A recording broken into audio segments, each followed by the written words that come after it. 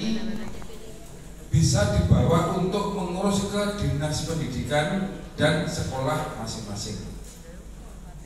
Jadi kalau Bapak Ibu ada yang anaknya pengen mendapatkan pelajaran kepercayaan, tentunya harus merubah KTP lebih dulu. Karena ironis Bapak Ibu, 2 minggu yang lalu Pak Yordan informasinya saya ada rakernas MLKI di Jakarta. Yang tahun kemarin ada 218.000 warga penghayat kepercayaan secara data KTP nasional 218.000. Tahun ini malah menurun menjadi 216. Jadi merosot 2.000. Seharusnya ada penambahan, tapi kok malah ini terjadi pengurangan. Nah, ini masih dipelajari ada apa, kok bisa malah menyusut. Seharusnya kalau memang antusias berbondong-bondong harusnya lebih tambah, karena estimasinya 12-13 juta warga penghayat kepercayaan. Kembali ke laptop, bahwa siapapun yang mau anaknya mendapatkan layanan pendidikan penghayat kepercayaan, hubungi penyuluh kepercayaan di MLKI Kota Surabaya. Banyak, ada beberapa, ada Budian Yeni, ada Pak Oto, ada saya, dan ada beberapa lagi, banyak sekali. Tentu persyaratannya harus KTP kepercayaan. Karena ada beberapa yang ngengkel, kok anak saya nggak dikasih pelajaran kepercayaan karena kami adalah seorang penghayat kepercayaan. Ternyata identitasnya agama. Kan masih banyak yang seperti ini, mengaku penghayat tetapi identitasnya masih beragama.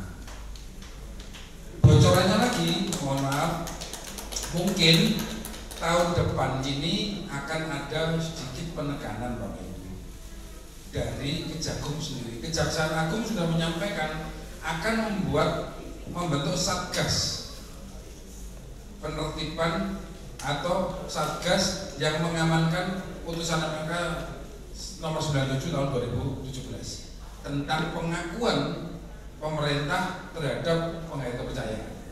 Jadi nanti Kejaksaan Agung akan menyisir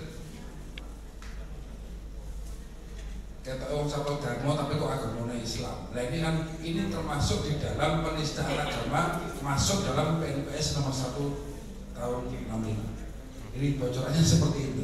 Jadi ini akan lebih ketat lagi nanti. Mohon maaf Bapak Ibu. Saya berharap dengan informasi ini panjenengan semua lebih percaya diri untuk mengakui kalau memang saya penghayat, KTP saya percaya. Tetapi ini hanya himbauan, karena tentunya agama adalah hak asasi manusia yang tidak bisa dipaksa untuk berubah sesuai ketuanya atau pemimpinnya. Mungkin ada yang belum jelas bisa disambung di lain waktu karena waktunya juga terbatas. Kembali saya serahkan kepada Pak Yusuf. Terima kasih. Jadi itu nanti pengajarannya di mana? Pengajarannya bisa di sanggar, bisa di sekolah. Contohnya seperti teman-teman dari agama Kristen. Kalau di negeri biasanya dikelompokkan hari Jumat atau di tempat di aula atau di perpustakaan dan sebagainya begitu. Bisa, nanti penyuluhnya yang akan datang. Ya, jadi yang sudah terjadi di Surabaya itu apakah berapa sanggar yang dipakai untuk tempat belajar mengajar? Sementara ini nggak ada. Sementara ini langsung ke sekolah-sekolah.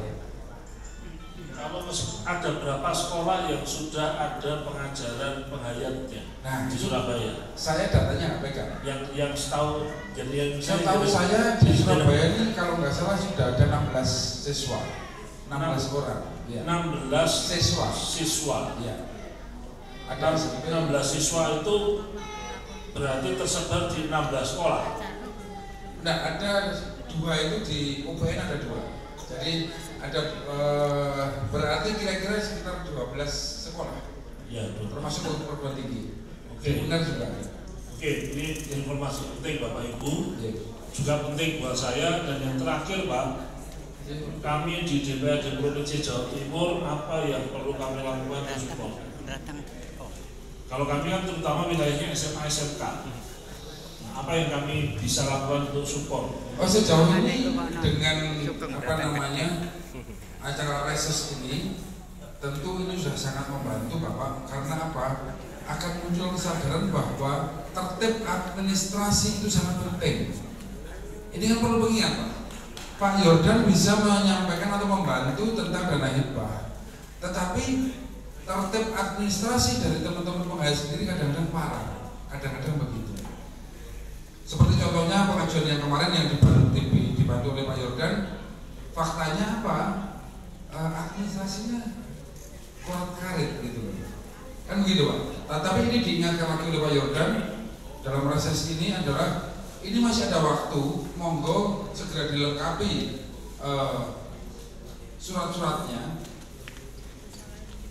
surat-surat syarat untuk mengajukan dana hibah. Tentu nanti Pak Yordan dan staf akan membantu itu. Tetapi saya ingatkan lagi tadi bahwa kalau Pak Cahya tadi menyampaikan utamanya ke Kemenkumham, mohon maaf Pak Cahya, sedikit saya ralat bahwa tingkat kebutuhannya itu sebenarnya Kemenkumham dan SKT itu kedudukannya sama.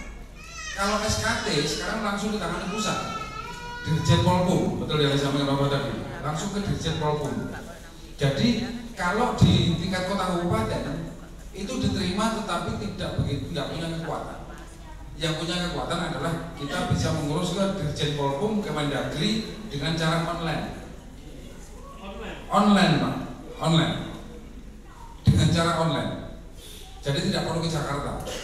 Karena kalau ke Kemenkumham, kalau Pak Cahya tadi menyampaikan biaya cuma 1,5, terus berdaftar registrasinya 250 dan bla bla bla, sekitar 2 juta Pak ya. Kita menghayati ini susah Pak untuk mendapatkan duit segitu Pak. Kadang-kadang seperti itu. Karena setiap organisasi kemampuannya beda-beda.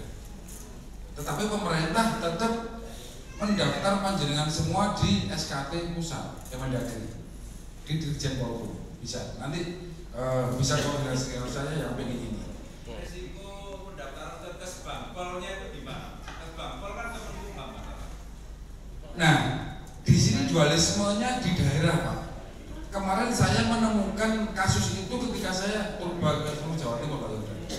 Itu pendapat setiap kaban kepala Kesbangpol itu beda-beda. Ada yang harus AHU Kemenkumham, ada yang SKT juga diterima, tetapi mayoritas minta SK Kemenkumham. Itu pun diakui oleh Dirjen Polpum. Memang setiap instruksi nota dinas yang kami sebarkan ke seluruh daerah ini pemahaman setiap personilnya berbeda-beda. Maka ditarik garis kebijakan bahwa silahkan mengurus SKT di tingkat pusat pakai di Dirjen Polpum. Nanti linknya saya kasih.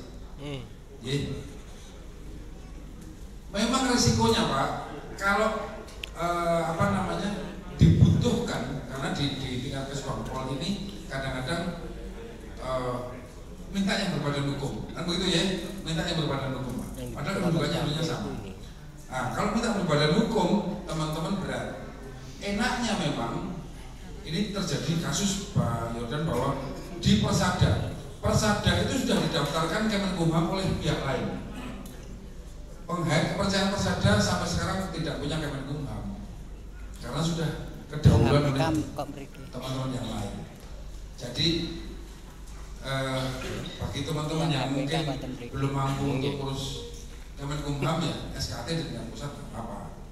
Tetapi risikonya begitu mudah dibajak atau mudah kalah ketika nama kita dipakai orang lain. Jadi plus minusnya monggo diberikan sendiri bersama teman-teman atau timnya di organisasi masing-masing.